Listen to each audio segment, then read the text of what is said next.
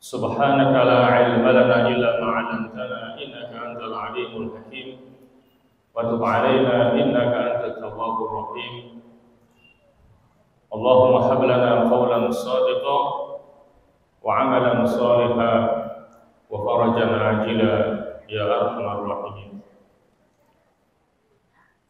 Ma'asyiral ummahat wasyabab a'azakumullah. Syukur alhamdulillah, marilah senantiasa kita panjatkan kehadirat Allah Subhanahu wa taala atas limpahan rahmat, taufik serta hidayahnya, dikarenakan kesehatan dan kesempatan, sehingga dengan itu semuanya pada pagi hari ini kita bisa hadir dan berkumpul di majelis yang mulia ini untuk kita saling menasihati dalam kebenaran dan kesabaran. Harapan kita semoga niat dan langkah baik kita akan diterima oleh Allah Subhanahu wa taala. Tidak lupa semoga salawat dan salam tetap terlimpahkan kepada Nabi kita Muhammad sallallahu alaihi wasallam beserta para sahabat dan pengikut-pengikutnya yang pada akhirnya insyaallah akan melimpah kepada kita semuanya selaku umatnya. Amin amin ya rabbal alamin. Jemaah sekalian yang dirahmati Allah, pada kajian Islam tematik pagi hari ini, tema yang akan kita angkat ke permukaan adalah kesombongan sebagai penghalang masuk ke dalam surga. Ada 3 poin yang akan kita bicarakan terkait dengan tema di atas. Yang pertama terkait dengan hakikat kesombongan. Yang kedua, bahaya kesombongan. Dan yang ketiga adalah bentuk-bentuk kesombongan. Baik, kita mulai dari poin yang pertama tentang hakikat kesombongan. Kesombongan itu ada 2. Yang pertama, kesombongan terhadap al-haq atau kebenaran. Yang kedua, kesombongan terhadap al-khalq, terhadap makhluk atau manusia. Seorang manusia ketika melihat dan menganggap dirinya besar atau mulia, menganggap paling kaya, menganggap paling pandai, menganggap paling berkuasa, termasuk menganggap paling cantik atau paling ganteng, maka dia akan menganggap orang lain kecil dan merendahkannya. Dan itu diantara tabiat manusia. Orang yang kaya, yang tidak mensyukuri kekayaannya, dia cenderung sombong dan merendahkan orang yang miskin, termasuk orang yang punya pangkat dan jabatan. Maka dia kadang cenderung untuk merendahkan orang-orang kecil atau yang tidak punya pangkat dan jabatan. Dia akan memandang hal-hal kebenaran akan menghancurkan kedudukan dan posisinya. Ya. Terkait dengan hakikat kesombongan di atas tadi, maka ini dijelaskan dalam sebuah hadis Rasulullah SAW yang sumbernya dari sahabat Abdullah ibn Mas'ud. An Abdullah ibn Mas'ud an Nabi sallallahu alaihi wasallam qala la yadkhulul jannata man kana fi qalbihi mithqalu dzarratin min kibrin. Qala rajulun inna ar-rajula yuhibbu an yakuna thawbuhu hasanan wa na'luhu hasanatan. Qala inna Allaha jamilun yuhibbul jamal. Al-kibru batrul haqqi wa ghamtun nas. Rawahu Muslim. Dari Abdullah ibnu Mas'ud dari Nabi Shallallahu Alaihi Wasallam, beliau bersabda, la yadkhulul jannata man kana fi qalbihi mithqalu dzarratin min kibrin. Tidak masuk surga seseorang yang di dalam hatinya ada seberat dzarrah dari kesombongan. Apa itu makna dzarrah? Ada beberapa penafsiran tentang makna dzarrah ini. Yang pertama, dzarrah ada yang memaknai dengan timbangan yang paling ringan. Itu makna pertama daripada dzarrah, timbangan yang paling ringan. Yang kedua, ada yang mengatakan bahwa dzarrah itu adalah debu. Kalau kita melihat sinar matahari, kemudian ada benda-benda kecil ya di depan mata kita, itulah dzarrah. Jadi debu yang berterbangan di depan kita. Makna yang ketiga adalah semut yang kecil. Itu juga dzarrah. Juga ada juga yang memaknai dzarrah itu dengan atom. Sesuatu yang sangat kecil dan tidak bisa dilihat oleh mata. Makanya bom atom itu bahasa Arabnya qumbulah dzarriyah. Qumbulah itu bom, dzarriyah itu atom. Jadi itulah kurang lebih 4 makna daripada dzarrah. Kalau coba kita gabung keempat makna itu, maka bisa kita simpulkan bahwa dzarrah itu menunjukkan sesuatu yang sangat kecil sekali. Dan ini merupakan ancaman yang keras dari Nabi Shallallahu Alaihi Wasallam. Nabi mengatakan tidak akan masuk surga orang yang di dalam hatinya ada seberat dzarrah daripada kesombongan. Setelah mendengar hadis ini atau sabda ini, maka ada orang yang bertanya, inna rajulan yuhibbu an yakuna thawbuhu hasanan wa na'luhu hasanatan. Wahai Rasulullah, sesungguhnya ada seseorang yang ingin bajunya bagus, sandalnya juga bagus. Apakah itu termasuk kesombongan atau tidak? Jadi orang ini takut ketika dia pakai baju bagus, sandal bagus, takutnya itu bagian daripada kesombongan. Maka Nabi mengatakan innallaha jamilun yuhibbul jamal. Sesungguhnya Allah itu indah dan suka kepada keindahan. Jadi selama dia pakai baju yang bagus, sandal yang bagus, sepatu yang bagus, kerudung yang bagus, kalau tidak ada niat sombong dan pamer, maka itu bukan termasuk kategori sombong. Kemudian beliau memberikan definisi daripada sombong itu. Beliau mengatakan al-kibru batrul haqqi wa ghamtun nas.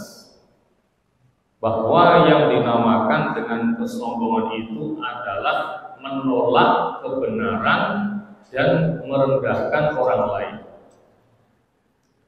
Jadi apabila salah satu atau dari kedua unsur itu ada pada seseorang, maka orang itu dikategorikan sebagai orang yang sombong. Pertama, menolak kebenaran, yang kedua adalah merendahkan orang lain. Itulah hakikat daripada kesombongan. Jamaah sekalian yang dirahmati Allah,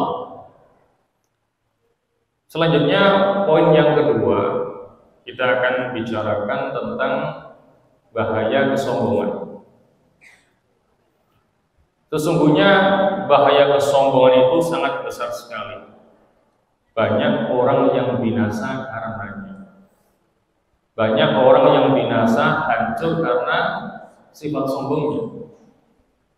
Misalnya Fir'aun, dengan sombongnya dia menganggap dirinya sebagai Tuhan dengan mengatakan ana rabbukumul a'la. Karena kesombongan Fir'aun yang sudah melampaui batas, akhirnya Allah membinasakannya. Juga Qarun yang sombong dengan kekayaannya. Ketika ditanya dari manakah wahai Qarun kamu mendapatkan harta sebanyak itu, dia mengatakan innama utituhu ala ilmin indi. Aku mendapatkan kekayaan yang sebanyak ini karena ilmuku, karena kepintaran. Akhirnya Allah pun membinasakannya dengan memasukkannya ke dalam perut bumi. Jadi banyak sudah Allah membinasakan orang-orang yang berlaku sombong. Nah, di antara bahaya sombong yang pertama adalah bahwa kesombongan ini merupakan dosa pertama yang dilakukan oleh makhluk. Sebagaimana kesombongan yang dilakukan oleh iblis, ya, yang Allah abadikan dalam surah Al-Baqarah ayat 34. Dalam surah Al-Baqarah ayat 34 Allah berfirman, a'udzubillahi minasyaitonir rajim, wa idh qulna lil malaikati isjudu li adama fasajadu illa iblis aba wastakbara wa kana minal kafirin. Wa idh qulna, dan ingatlah ketika kami Allah berkata lil malaikati, kepada para malaikat, usjudu li adam, sujudlah kalian semuanya kepada Adam. Fasajadu, maka mereka semuanya sujud. Sujud di sini bukan sujud untuk menyembah, tetapi sujud untuk memberikan penghormatan kepada Adam. Illa iblisa, kecuali iblis yang tidak mau sujud kepada Adam. Aba, iblis menolak, wastakbara, dan sombong.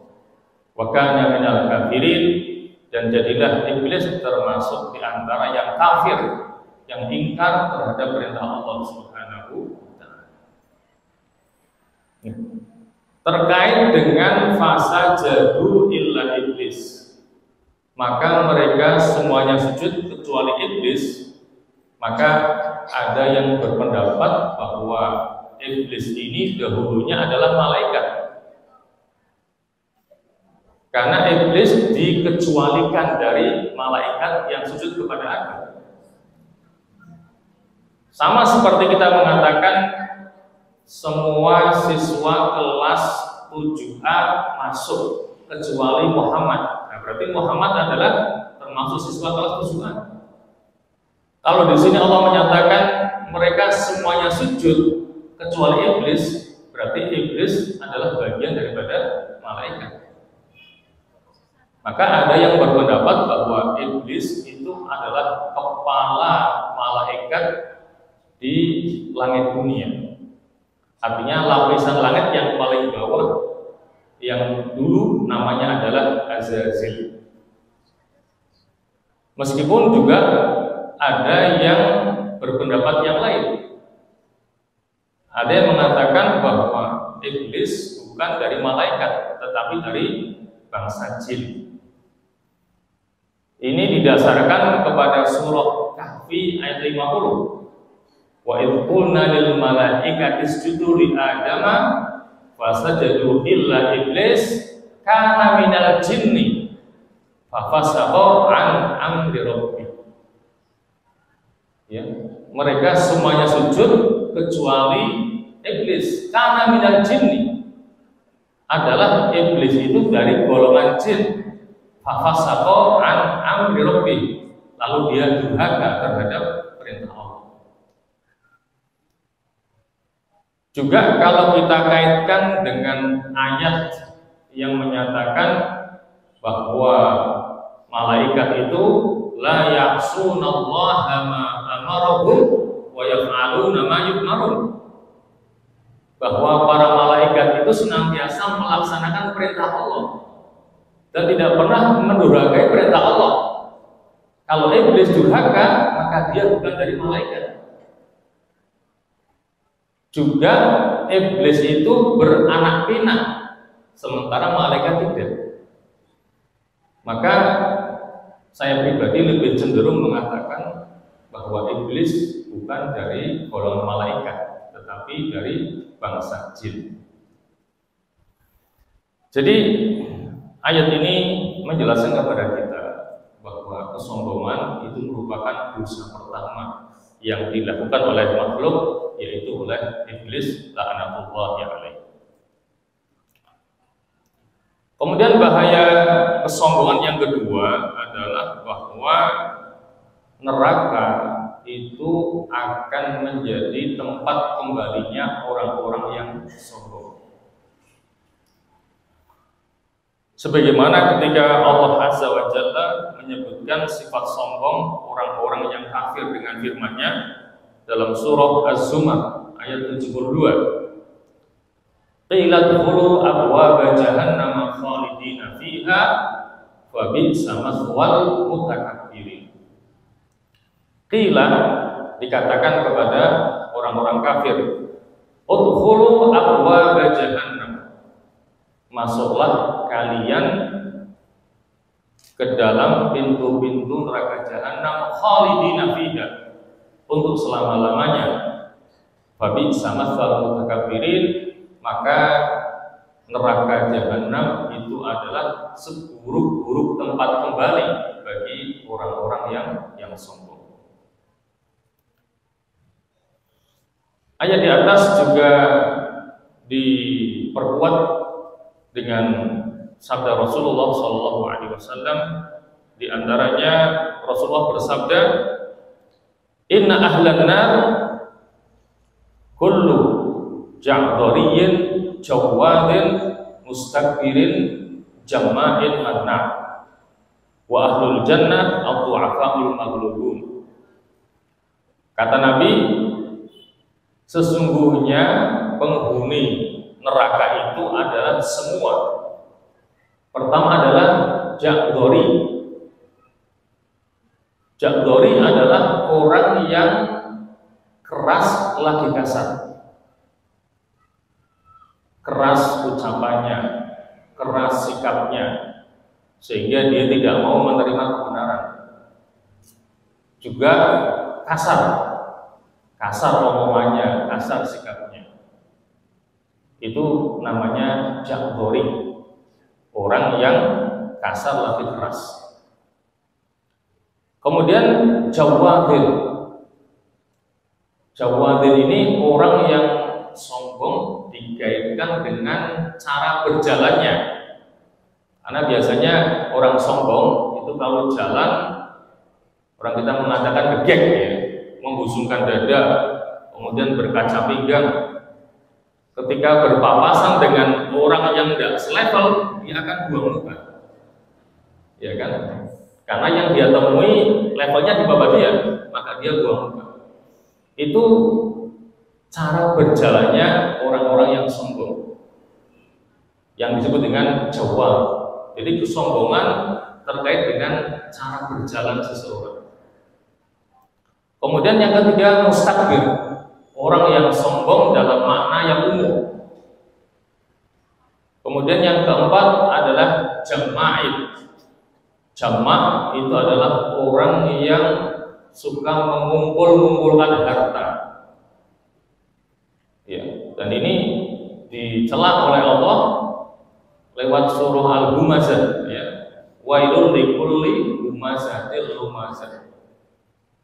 Celaka bagi setiap pencela dan pengumpat. Alladzi jama'a malau wa'adda, yaitu orang yang mengumpulkan harta dan menghitung-hitungnya. Ya, dia senantiasa ngecek saldonya itu. Saldo rekeningnya di sekian bank berapa, saldo depositonya berapa, menghitung bunga-bunganya. Itu namanya jamaah. Jadi hobinya mengumpulkan harta kekayaan, kemudian menghitung-hitungnya. Kemudian yang kelima adalah manna.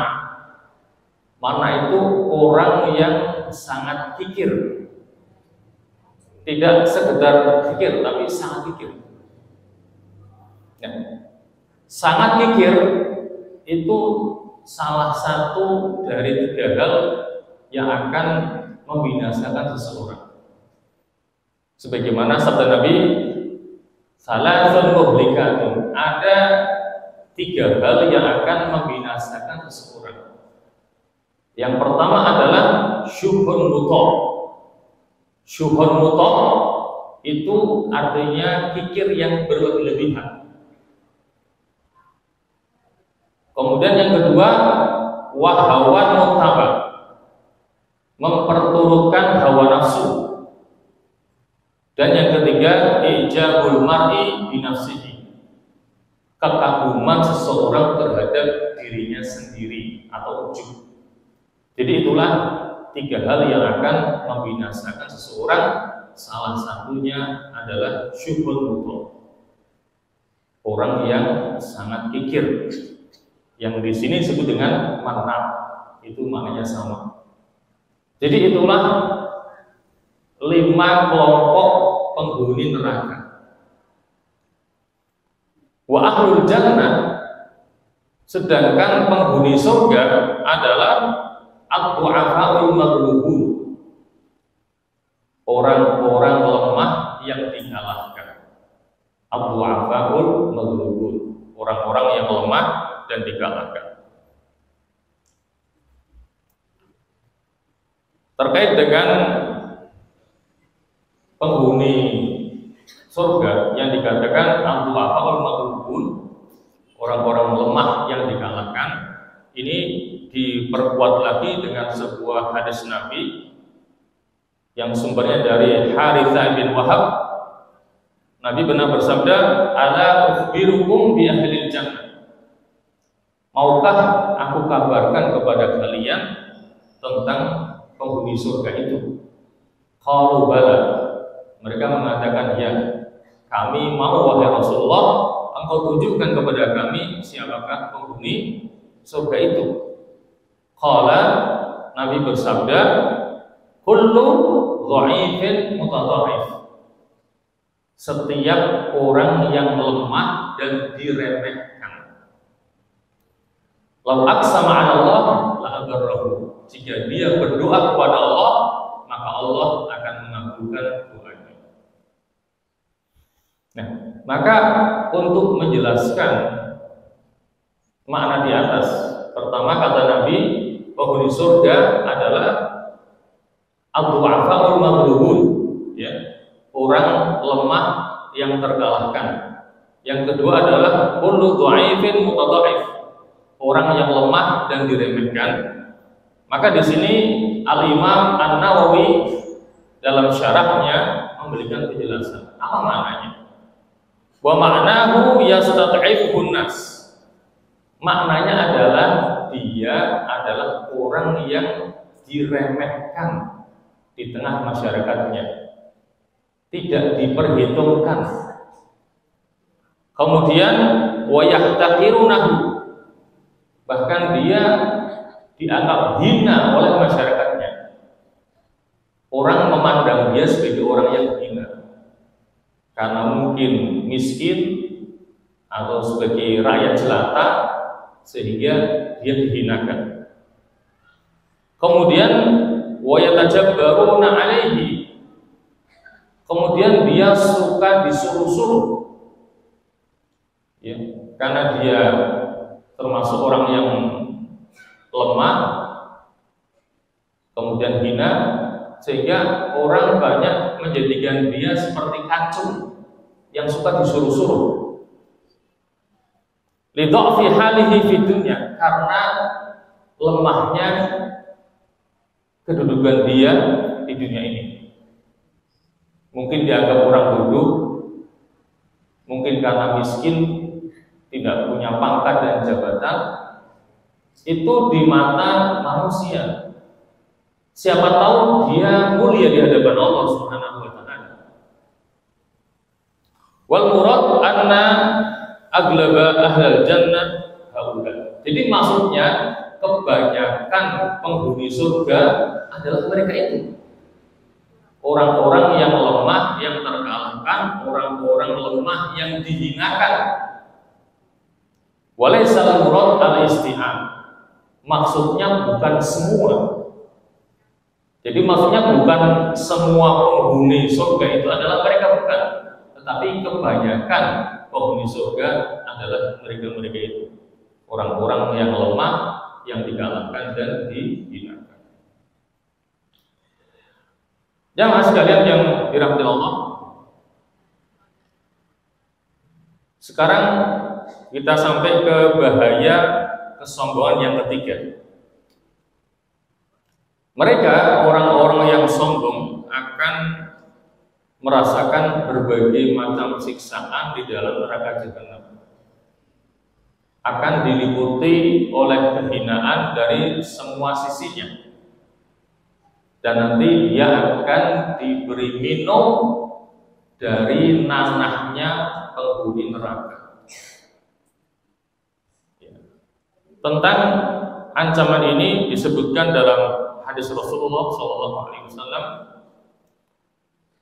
Beliau bersabda, "Yuhsyarul mutakabbiruna yaumal qiyamah amsal dzarri fi suwari ar-rijal." Bahwa orang-orang yang sombong nanti pada hari kiamat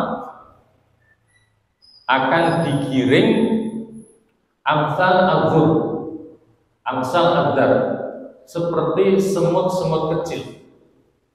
Jadi kalau dia dengan kesombongannya semasa hidup di dunia merasa besar seperti gajah misalnya, nanti pada hari kiamat akan digiring seperti semut kecil. Fi suwari ar-rijal, dalam wujud manusia. Wujudnya manusia tetapi kecil bentuknya seperti semut. Ya, barangkali ini sebagai bentuk balasan ketika dia di dunia dengan kesombongannya merasa besar seperti gajah misalnya, nanti pada hari kiamat dia akan hina seperti semut yang kecil. Yaksyahul dzul min kulli makan, dia akan diliputi oleh kehinaan dari semua sisi. Dari depan, belakang, kanan, kiri, atas, bawah, semua kehinaan akan meliputi dirinya. Fayusakuna ila sijidin fi jahannam. Kemudian dia akan digiring menuju ke sebuah penjara yang ada di neraka jahanam, yusamma Hulas. Nama penjaranya adalah Hulas. Itu penjara khusus di neraka jahanam, diperuntukkan bagi orang-orang yang sombong. Namanya Hulas. Ta'luhum narul anyar. Mereka akan dibakar dengan api yang sangat panas. Yusqauna min usarati ahlina. Kemudian mereka akan diberi minum dari nah-nahnya penghuni neraka. Karena penghuni neraka kan dibakar pakai api, otomatis kan banyak keluarkan nanah itu, sama seperti kita. Ya, kalau kena api kan airnya kelentung ya, kemudian keluar nanahnya. Nah, mereka dibakar tiap saat dengan api, otomatis akan mengeluarkan nanah. Itu yang akan jadi minuman orang-orang yang sombong. Tinatil khobal, yang dinamakan dengan tinah al-khobal, yang artinya adalah lumpur kebinasaan. Itu sebutannya tinatul khobal, lumpur kebinasaan. Waliyahudillah, tentunya kita minta lindung kepada Allah ya, agar dijauhkan dari sifat sombong sehingga tidak merasakan azab yang sebegitu beratnya itu. Jamaah sekalian yang dirahmati Allah, sekarang kita masuk ke poin yang ketiga, yaitu tentang bentuk-bentuk kesombongan. Bentuk kesombongan yang pertama adalah takabur terhadap al-haq, sombong terhadap kebenaran. Di antara bentuk kesombongan terburuk adalah ketika orang itu menolak kebenaran yang datang kepadanya. Sebagaimana yang Allah beritakan tentang kaumnya Fir'aun yang Allah abadikan dalam surah An-Naml ayat 14. Allah berfirman, "Wajahadu biha wastaiqanatha anfusuhum dzulman wa 'uluwan. Fanzur kaifa kana 'aqibatul mufsidin." Wajahadu biha, dan mereka mengingkarinya. Mereka, Fir'aun dan kaumnya, itu mengingkari kebenaran yang dibawa oleh Nabi Musa. Dzulman wa 'uluwan. Jadi dasar pengingkarannya karena kezaliman dan kesombongannya. Fir'aun dan kaumnya mengingkari kebenaran Musa karena sombong dan kezaliman. Wastaiqanatha anfusuhum, padahal hati kecil mereka itu mempercayai kebenaran yang dibawa oleh Musa, tetapi dikalahkan oleh kesombongannya. Jadi hati kecil mereka itu yakin atas kebenaran yang dibawa oleh Nabi Musa, tetapi terhalangi oleh kezaliman dan kesombongan itu. Fanzur kaifa kana 'aqibatul mufsidin, maka perhatikanlah bagaimana kesudahan daripada orang-orang yang berbuat kerusakan. Dalam kaitannya dengan macam kesombongan yang pertama ini, sombong terhadap kebenaran ya, maka Syekh Muhammad bin Shalih Al-Utsaimin pernah berkata, menolak al-haq, yaitu seseorang menolak kebenaran berdasarkan penilaian dirinya dan pikirannya. Jadi menolak kebenaran itu dasarnya adalah pemikiran dia. Dia melihat bahwa dirinya lebih besar dari kebenaran. Jadi akhirnya dia menolak kebenaran karena dirinya merasa lebih besar daripada kebenaran yang datang kepadanya. Tandanya adalah seseorang yang didatangkan kepadanya dalil-dalil dari Alkitab dan As-Sunnah, tetapi dia tidak mau menerima. Bahkan dia terus mengikuti pendapatnya, maka ini adalah bentuk penolakan terhadap kebenaran. Kita ambil contoh misalnya begini.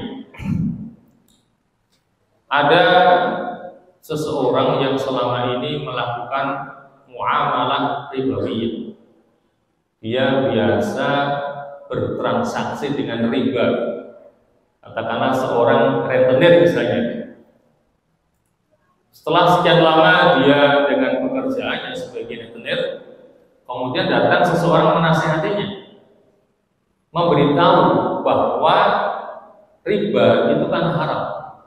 Kemudian diberikan dalil-dalilnya, baik dari Al-Quran maupun As-Sunnah.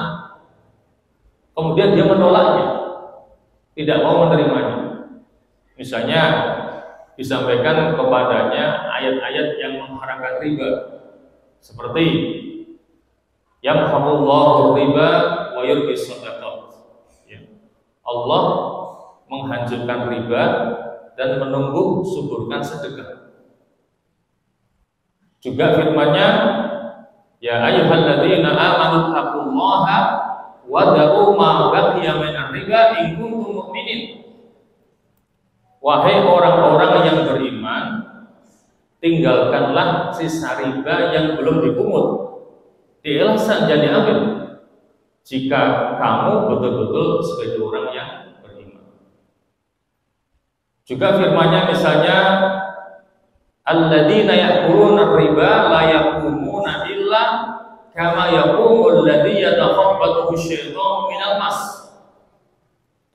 Orang-orang yang makan riba nanti akan berdiri seperti berdirinya orang yang kesurupan setan karena tekanan penyakit gila. Yatakhabbathu asyaitanu minal mas. Itu diantara ayat-ayat yang mengharamkan riba. Disampaikan kepadanya. Juga disampaikan kepadanya sebuah hadis Nabi yang cukup keras dalam mengharamkan riba. Nabi pernah bersabda, "Ar-riba salasatun wa sab'una baba." Bahwa riba itu punya 73 pintu atau tingkatan. Jadi tingkatan dosa riba itu sampai 73 tingkatan. Aisaruba, dosa yang paling ringan dari riba adalah mislu ayam piharrajul ummah, seperti seseorang yang berzina dengan ibunya sendiri. Mislu ayam piharrajul ummah, itu tingkatan dosa riba paling ringan, seperti orang berzina dengan ibunya sendiri. Disampaikan kepadanya, tetapi dia menolak.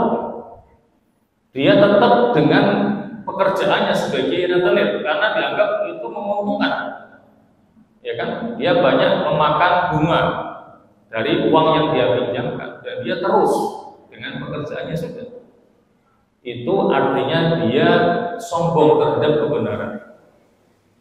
Telah datang kepadanya kebenaran tapi dia menolaknya, padahal sudah disertai dengan dalil-dalil yang kuat dan jelas dari Quran dan hadis Nabi, dia menolaknya. Itu adalah contoh sombong terhadap kebenaran. Oleh itulah ketika telah sampai kepada kita kebenaran, apalagi didasari dengan dalil yang kuat, maka kewajiban kita untuk menerima kebenaran itu. Kita tidak boleh menolaknya. Siapapun yang menyampaikannya, meskipun anak kecil, meskipun orang biasa, bukan ustadz, bukan kiai, tetapi yang diomongkan benar, kita harus menerima kebenaran itu.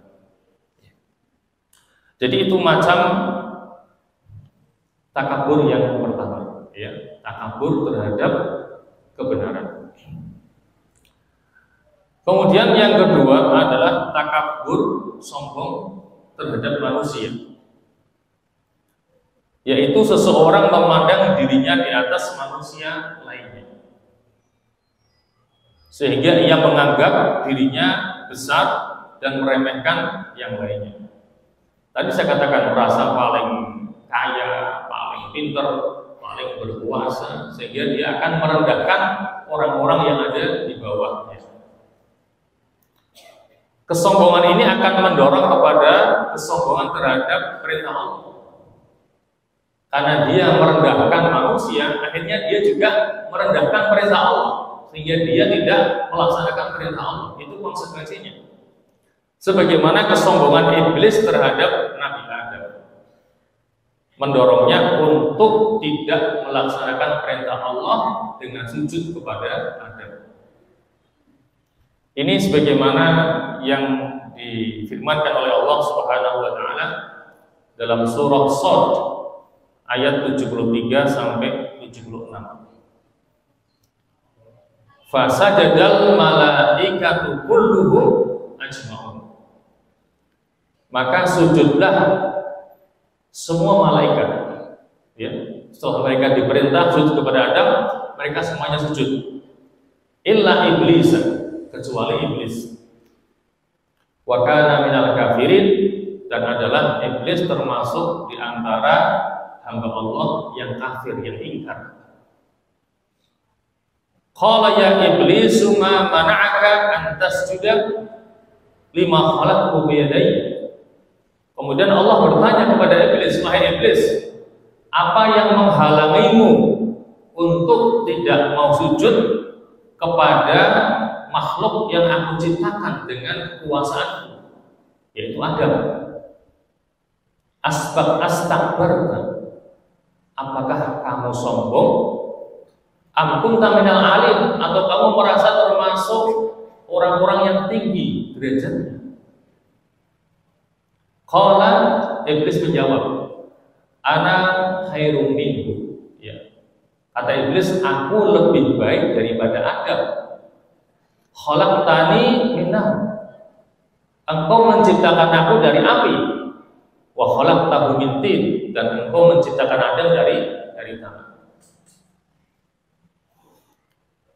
Jadi dalam asumsi iblis, makhluk yang diciptakan dari api itu lebih mulia, lebih baik daripada yang diciptakan dari tanah. Sehingga dia menolak untuk sujud kepada Adam yang dinilainya lebih rendah derajatnya daripada dirinya itu. Nah, maka sebagai bentuk komparasi ataupun perbandingan, ya, kita akan melihat kira-kira lebih baik mana sih antara tanah dengan api itu, untuk membatalkan asumsi iblis ini yang menganggap dirinya lebih mulia karena tercipta dari api, sementara Adam hanya dari tanah. Ya, kita berikan komparasi, ya, perbandingan antara api dan tanah. Ada yang mengatakan yang pertama, api itu sifatnya membakar dan memusnahkan. Ketika terjadi kebakaran, semuanya hancur, semuanya musnah, ya, karena dimakan oleh api. Berbeda dengan tanah yang sifatnya mengembangkan dan menjadi sumber rezeki serta kehidupan banyak makhluk itu. Tanah bisa kita tanami, kemudian menghasilkan buah, tumbuh-tumbuhan, tanaman yang bermanfaat bagi kita. Itu komparasi yang pertama.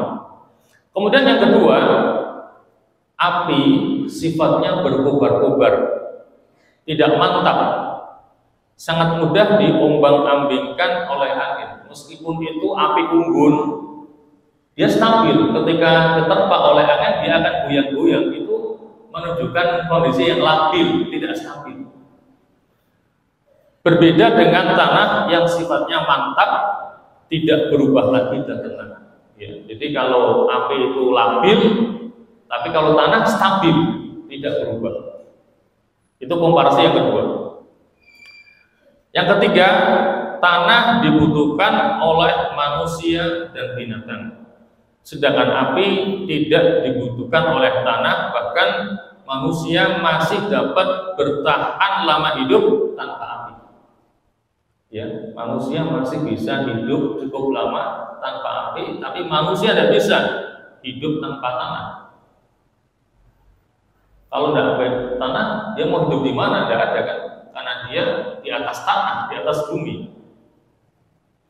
Kemudian yang keempat, api walaupun ada manfaatnya, tetapi bahayanya pun tidak kecil. Ya, ketika terjadi bencana kebakaran, maka banyak memakan korban. Tidak hanya bangunan, termasuk manusia juga korbannya. Bahayanya hanya dapat diatasi dengan memadamkannya. Berbeda dengan tanah, kegunaannya terdapat pada dirinya dan tanpa bahaya. Bahkan semakin digali, semakin nampak manfaatnya. Ketika orang mengeksplorasi dengan menggali tanah, maka di dalam tanah banyak kekayaan bumi. Ada tambang emas, tambang nikel, segala macamnya. Beda dengan api. Jadi tanah semakin digali, maka akan semakin banyak ditemukan kekayaan yang ada di dalam tanah itu. Kemudian yang kelima, api dapat padam oleh tanah, sedangkan tanah tidak bisa binasa oleh api. Kalau ada kebakaran kecil kemudian kita timbun dengan tanah, maka akan mati. Tetapi tidak demikian dengan tanah. Yang keenam, di dalam tanah terdapat sekian banyak manfaat, seperti barang tambang, sungai, mata air, dan lainnya. Tidak demikian dengan api. Kemudian yang ketujuh, yang terakhir, Allah banyak menyebut tanah di dalam Al-Quran dalam konteks yang positif, sedangkan api tidak banyak disebut dalam Al-Quran. Kalaupun disebut, umumnya dalam konteks yang negatif. Ya, jadi ketika Allah menyebut tanah, itu biasanya konteksnya positif. Tapi kalau api, biasanya adalah negatif. Jadi inilah 7 poin untuk mematahkan asumsi daripada iblis yang mengatakan bahwa dirinya lebih baik daripada Adam karena tercipta dari api, sementara Adam dari tanah. Jamaah sekalian, kemudian kesombongan yang ketiga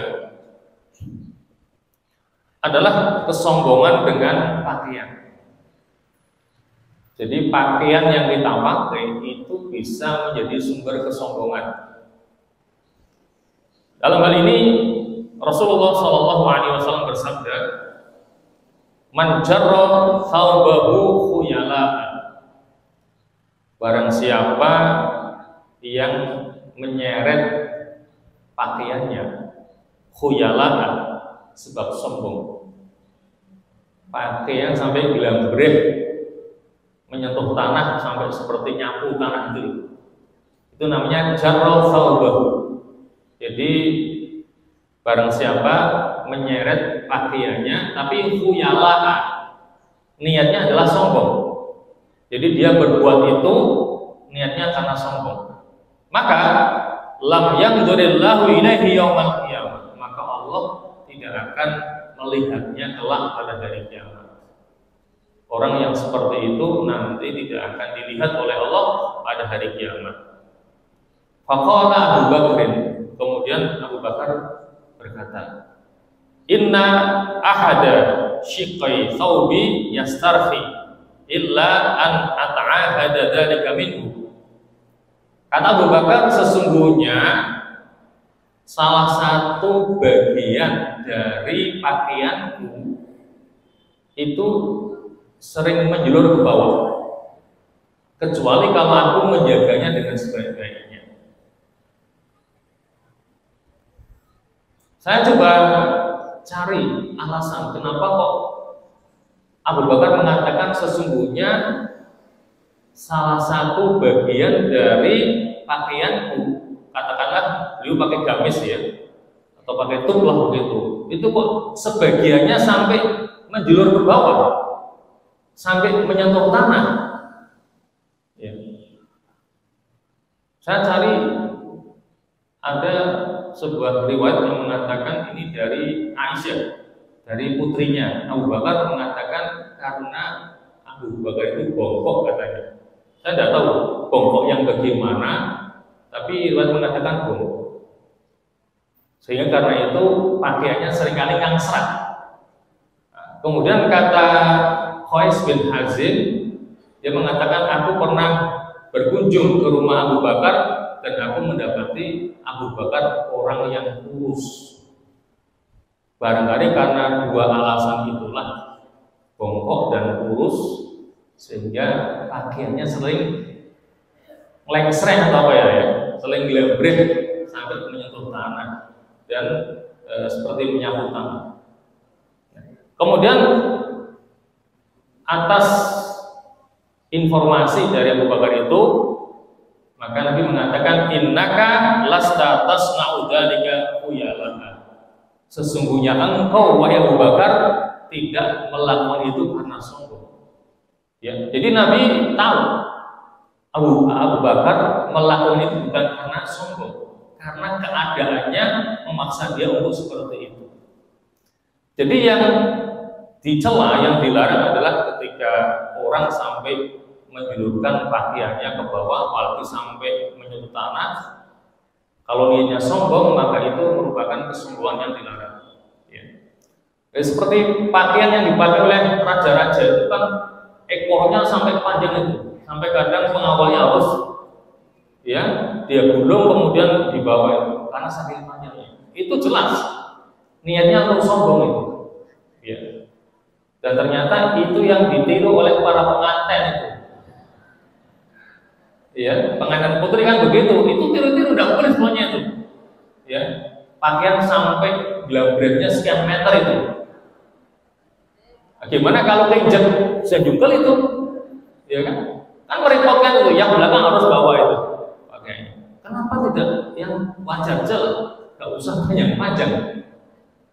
Ya. Dan saya yakin ini mesti niatnya akan pamer kan?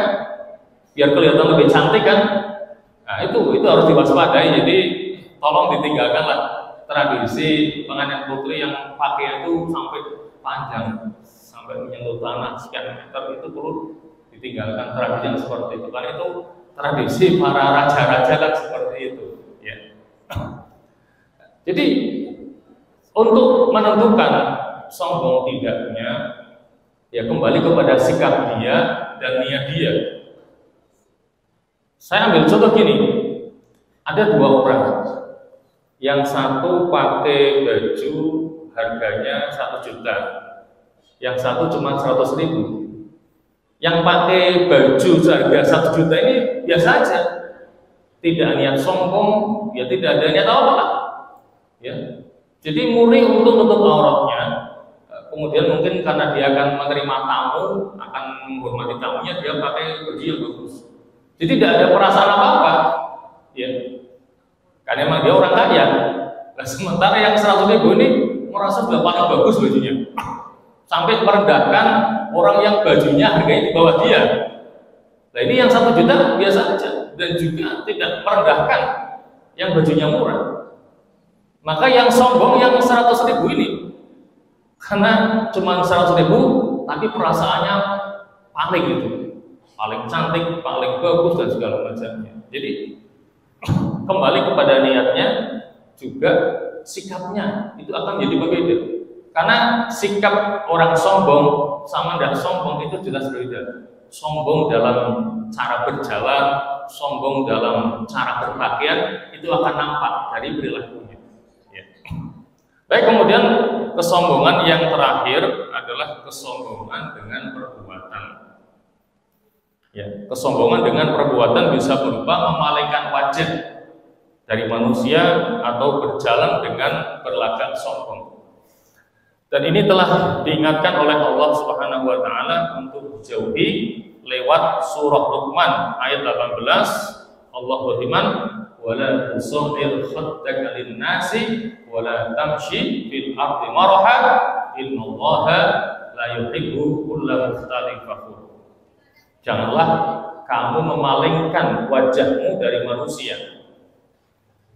Yang disebut khot itu pipi, tapi maknanya wajah. Karena kita tidak mungkin memalingkan cuma pipi kan. Itu yang dinamakan min dzikril juz wa iradatil kull. Menyebut sebagian tetapi maksudnya keseluruhannya. Jadi yang Allah sebut cuma pipi, tapi maksudnya adalah ya seluruh kepala ini. Jadi kita tidak boleh memalingkan wajah kita dari manusia karena sombong, ya, karena merasa levelnya lebih tinggi daripada yang ada di hadapannya. Kemudian wala tamshi fil ardi maraha, janganlah kamu berjalan di muka bumi maraha dengan sombong. Innallaha la yuhibbu kulla mukhtalin fakhur. Sesungguhnya Allah tidak suka kepada orang yang sombong dan suka membangga-banggakan diri. Jamaah sekalian, barangkali itulah yang bisa kita kaji pada kesempatan pagi hari ini terkait dengan salah satu sifat yang tercela yang harus kita bersama berusaha untuk menghilangkannya, yaitu sifat sombong. Karena sifat sombong itu akan bisa menjadi penghalang ya seseorang untuk masuk ke dalam surga. Sudah kita bahas baik hakikatnya, bahayanya maupun macam-macamnya. Semoga kita bisa memahaminya dengan sebaik-baiknya dan Allah jauhkan kita bersama dari sifat sombong yang tercela ini. Amin amin ya mujibas sa'ilin. Itu yang bisa kita kaji. Mungkin ada yang mau bertanya?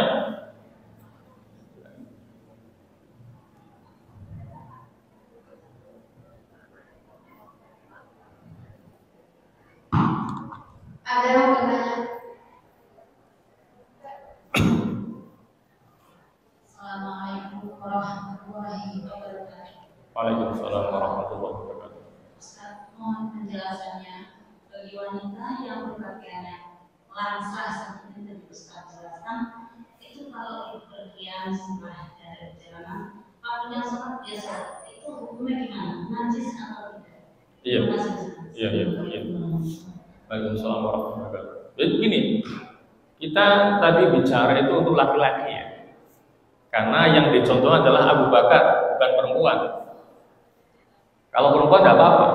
Jadi langkah berikutnya itu akan menghapus kalau ternyata terkena najis, karena ada yang mengatakan seperti tidak apa-apa.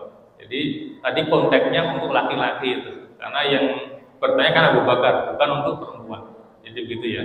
Ya. Ada lagi yang lainnya? Satu lagi Ustaz. Ya. Bila wanita melakukan sholat dengan busana seperti baju Pakistan, celana panjang, tasnya didorong, lalu dengan berkerudung jongkok seperti ini, itu kalau dibawa sholat sah atau tidak Ustaz? Terima kasih Ustaz. Iya, intinya kan menutup aurat. Ya. Selama auratnya sudah tertutupi ya sah. Cuman kita mungkin bicara masalah etis saja kan. Gitu. Ya, kalau di kita kan seperti biasa pakai mukena ya. Ya, kalau pakai celana kan itu berarti pakai celana ya. Pakai celana itu ya. Mungkin saya katakan kalau dalam keadaan darurat ya silahkan aja. Tapi dalam kondisi normal ya sebaiknya kita pakai mukena. Mungkin ketika bepergian repot pakai mukena itu tidak masalah. Selama auratnya tertutupi. Tapi dalam kondisi normal ya sebaiknya kita pakai seperti biasa lah, pakai mukena begitu. Karena itu berkaitan dengan masalah adab saja, tata krama. Tapi intinya adalah untuk aurat itu. Ya, jangan sampai ketika sholat ada aurat yang terbuka, maka itu tidak sah sholatnya. Ya. Mungkin cukup ya. Baik. Baik, kita akhiri ta'ala kita dengan doa, semoga ada manfaatnya. Bismillahirrahmanirrahim. Alhamdulillahirabbil hamdan yuwafi ni'amahu wa yukafi mazidah. Ya Rabbana lakal hamdu kama yanbaghi li jalali wajhika wa 'azimi sultanik. Allahumma shalli wa sallim ala Muhammad wa ala ali Muhammad. Allahumma la tada' lana fi maqamina hadha dhanban illa ghafartah wa la hamman illa farajtah wa la karban illa nafastah wa la maridan illa syafaitah wa la daynan illa qadaitah wa la mu'siran illa yasartah wa la dhalan illa hadaitah wa la ghaiban illa radattah ولا حاجة من هوى الدنيا هي لك رضا ولنا فيها صلاة إلا أنتنا على قضائها ويسرتها لنا برحمتك يا أرحم الراحمين. اللهم اجعل اجتماعنا هذا اجتماعا مرحوما واجعل تفرقنا بعده تفرقا معصوما ولا تجعل فينا ولا معنا شقيا ولا محروما. اللهم لا تفرق هذا الجمع المبارك في هذا المكان المبارك إلا بذنب مغفور وعيب مستور وعمل متقبل مبرور يا عزيز يا غفور يا رب العالمين. اللهم هذا الدعاء ومنك الإجابة يا سميع الدعاء يا ذا المن والعطاء. وصلى الله على محمد وآله وصحبه وسلم والحمد لله رب العالمين. والسلام عليكم ورحمة الله وبركاته.